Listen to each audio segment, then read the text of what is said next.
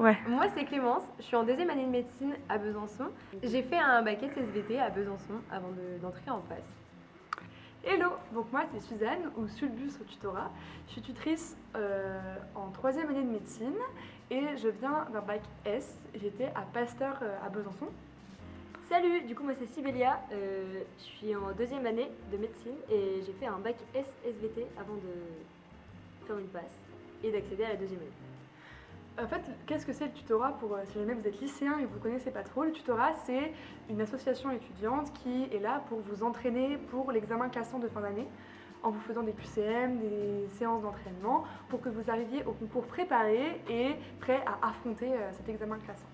Le PASS, c'est le parcours accès spécifique santé, donc c'est l'année qui vous permet d'accéder à médecine, pharmacie, maïeutique, kiné et dentaire. Du coup, quand vous arrivez à la fac, ça n'a rien à voir avec le lycée. En gros, vous arrivez, vous n'êtes pas du tout obligé d'aller en cours. Il n'y aura personne pour vérifier si vous êtes venu ou pas. Les profs sont pas là pour voir si vous avez fait vos devoirs, si vous avez fait vos exercices, si vous avez révisé tel ou tel cours. Et ce qui change aussi, c'est que vous n'avez pas d'interro toutes les semaines, un peu comme au lycée. Vous avez un semestre et vous avez des partiels à la fin de ce semestre et c'est tout. Comment l'organisation de la fac change par rapport au lycée? À la fac, les heures de cours sont surtout le matin et l'après-midi est réservé aux ED, c'est-à-dire que le matin sera le moment où vous serez dans le grand amphi avec les profs qui vont vous faire des cours que vous devrez prendre en note. Il n'y aura pas d'exercice. Les moments d'exercice sont séparés et du coup sont le plus souvent l'après-midi où ça va être des cours en plus petits groupes. Vous serez environ 200, 150, 200 maximum. Et là, vous serez du coup en train de vous entraîner vraiment à faire des exercices avec les professeurs qui seront là pour vous corriger. Alors, la fac c'est complètement différent du lycée puisque vous allez être un peu plus livré à vous-même.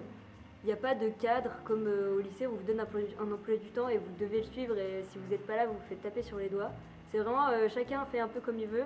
Après, en première année, souvent les étudiants vont quand même beaucoup en cours puisque ils savent pas trop comment s'y prendre, etc. Et puis on est comme ça, quand on va en cours, on est sûr de louper aucune info. Et du coup, ce qui change par rapport au lycée aussi au niveau de la méthode de travail, c'est qu'il y a beaucoup plus de travail, il y a beaucoup plus de cours et comme je disais tout à l'heure, il n'y a pas d'interro toutes les semaines. C'est des partiels à la fin, donc il faut réussir à revoir un peu tout le temps pour être toujours prêt pour ces partiels à la fin du semestre. Donc c'est vrai qu'il faut aussi bien savoir que c'est très différent de ce qu'on vous demande au lycée. Si vous aviez des facilités dans les matières scientifiques par exemple, ça va vous servir pour des matières comme la physique et les maths, mais ça va plus vraiment être le primordial. Il va falloir passer beaucoup de temps à apprendre, à comprendre les cours pour pouvoir les recracher. Alors, au niveau de ma méthode de travail, personnellement, j'avais aucune méthode au lycée puisque j'avais plutôt des facilités, donc je faisais n'importe quoi. Donc je suis arrivée en passe et je me suis pris un peu une claque dans la gueule puisque je savais pas comment travailler tout simplement. Et du coup j'ai un peu mis du temps à me mettre au boulot, mais faut juste réussir à s'adapter et à se dire bah oui il y a plus de cours donc je bosse plus, c'est normal. Le truc à faire attention c'est de pas prendre de retard en se disant c'est bon j'ai le temps, le concours est dans 4 mois. Tout ça parce qu'au lycée on avait l'habitude de réviser la veille pour le lendemain. Sauf que là, par rapport à la quantité de cours, on n'a pas le temps de prendre trop de retard. Donc il faut réussir à se motiver à bosser dès le début. Ce qui change aussi, c'est que la fac, c'est vraiment une fourmilière. Il y a du monde partout, de toutes les filières, de tous les âges. Vous pouvez trouver des gens qui ont entre 18 ans et vraiment 30 ans. Du coup, tous ces gens-là vont à la BU pour travailler, donc la bibliothèque universitaire. Et ce qui change un peu de la fac par rapport au lycée, la BU, c'est pas comme le CDI au lycée. Et la BU, il y a vraiment du monde tout le temps, c'est là où tout le monde va bosser, donc il faudra être préparé à ça aussi si c'est ce que vous prévoyez de faire. Pour manger, c'est à peu près pareil qu'au lycée, il y a un RU, c'est un self, en vrai il n'y a pas grand chose qui change, vous faites la file, vous prenez votre plateau, vous mangez, basta.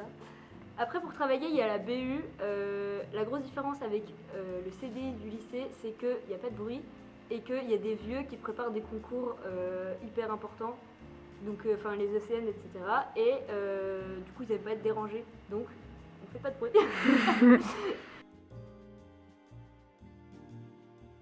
Alors moi, j'ai absolument jamais travaillé pendant les grandes vacances et j'ai profité des vacances pour me reposer, pour prendre des forces et j'étais au taquet comme ça à la rentrée. Alors non, moi je suis arrivée en passe en mode touriste comme ça. Bonjour, j'arrive, c'est quoi les cours? Franchement, je vous conseille de profiter à fond de votre été. L'année est bien assez longue comme ça. À la fin de l'année, vous avez juste envie de passer vos partiels et d'être en vacances. Donc si en plus vous vous rajoutez à travailler pendant les vacances, je pense que c'est pas forcément utile, puisque en vrai, dans tous ceux que je connais, j'en connais pas grand monde qui a bossé pendant les vacances et qui se sont dit ça a réellement changé quelque chose à mon année. Est-ce que j'ai travaillé pendant les grandes vacances ou est-ce que j'ai travaillé pendant mon année terminale? Pas du tout. En fait, ce que j'ai juste fait, c'est que je me suis dit que j'allais essayer de bien comprendre les cours de sciences de la vie, par exemple, et les cours de physique, parce que je me suis dit que c'est ceux qui me serviraient l'année prochaine, mais je ne me suis pas du tout avancée sur le programme de première année, j'ai pas du tout commencé à réviser les cours, et bien sûr, pendant les grandes vacances, je me suis reposée pour pouvoir être sûre d'assurer après à la rentrée. Si je devais vous donner une matière qu'il ne faut vraiment pas négliger au lycée, si vous êtes en bac plutôt scientifique, ce serait la physique parce que c'est super utile en première année. Et c'est assez difficile de reprendre toutes les bases une fois qu'on est arrivé en première année. Donc je vous conseille vraiment de travailler la physique. Du coup, comme l'a dit Clémence, il ne faut pas négliger la physique-chimie parce que on va vous demander beaucoup de bases de lycée. Des trucs comme le pH par exemple qui vont encore vous servir ou l'oxydoréduction, c'est des choses qu'on peut voir au lycée et qu'on revoit, donc quand on l'a compris au lycée c'est plus facile de le faire. Après pas de souci, si vous n'avez pas compris ça au lycée, les profs seront là pour vous le réexpliquer et le tutorat aussi, donc pas de panique par rapport à ça. Mais c'est vrai que c'est bien d'avoir des bases solides en physique et aussi en SVT par rapport à la cellule. Ça peut être intéressant d'avoir des petites bases de comment ça s'organise, l'ADN, la génétique, etc. Parce qu'on en refait aussi pas mal en première année. Bah, en vrai, je vous conseille, si vous faites une terminale S, de ne pas négliger la SVT, les petites bases de la cellule, etc. En physique, tout ce qui est atomistique, maintenant vous le faites sous le... Nous on n'avait pas le même programme, mais les programmes ont changé. Donc maintenant vous le faites sous le même format qu'on le fait en passe. Donc c'est sympa à essayer de bien comprendre comment ça fonctionne. La mineure, il faut la choisir selon vos préférences et selon vos qualités. Il faut que vous soyez bon et que vous aimiez ça parce que ça va être hyper important dans votre année. C'est un gros coefficient, c'est du travail en plus et donc il faut vraiment pas la négliger et choisir quelque chose qu'on aime. Au niveau de la mineure, je vous conseille, si vous avez un domaine où vous êtes très très bon, en vrai je vous conseille de le prendre parce que ça peut vous permettre de faire la différence au niveau des classements de mineurs. Par exemple, si vous êtes vraiment super chaud en physique, prenez-le parce qu'il n'y a pas forcément tout le monde qui est très fort et du coup ça peut vous démarquer des autres. Mais sinon, si vous avez juste pas envie d'aller dans un truc que vous connaissez déjà ou si vous n'excellez nulle part entre guillemets et que vous n'avez pas envie d'y mettre énormément de temps, je vous conseille de prendre un truc qui change un peu, que vous n'avez pas vraiment déjà fait. Par exemple, moi j'étais en mineure psycho et comme c'est un truc qui est tout nouveau, ben, on est tous repartis sur un peu les mêmes bases et il n'y avait pas d'écart qui était déjà fait avant même d'arriver dans la mineure. Si vous ne connaissez pas du tout Besançon, je vous conseille de venir un petit peu avant la rentrée sur le campus pour un petit peu voir où se situe le RU, la bibliothèque, la fac. Même si c'est pas très grand, ça peut être sympa d'avoir un petit peu des repères avant d'arriver à la rentrée. Donc pour ceux qui habitent loin, n'hésitez pas pendant les grandes vacances à faire des petites excursions à Besançon pour découvrir un peu le campus, voir le tram, le prendre une première fois, voir comment ça se passe, pour ne pas être complètement déboussolé quand vous arrivez à la fac pour la rentrée.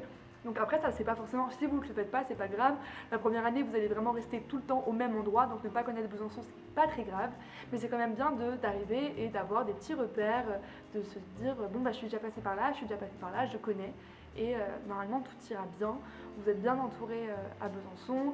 Il y a aussi des formations qui sont organisées par le tutorat pour découvrir un peu les gens et le campus pendant la rentrée. Donc ne vous inquiétez pas, tout ira bien, bon courage. Pour ceux qui habitent loin, vous pouvez venir un petit peu pendant les vacances avant pour connaître 2-3 petits endroits à Besançon et vous sentir chez vous, découvrir un peu la ville, etc. Parce qu'en vrai c'est sympa comme ville. Mais si jamais vous n'avez pas le temps, c'est pas très grave non plus. Parce qu'en passe, vous n'allez pas beaucoup sortir, donc vous verrez surtout le campus de Haut-du-Chazal et pas forcément beaucoup plus loin. Du coup voilà c'est tout. Bon courage. Bon courage, à plus. C'est la fin de cette vidéo. Merci de nous avoir écoutés et on espère que ça vous a plu. Et on vous souhaite bon courage à tous pour voilà. Et on espère vous voir l'année prochaine. Bisous. Bisous.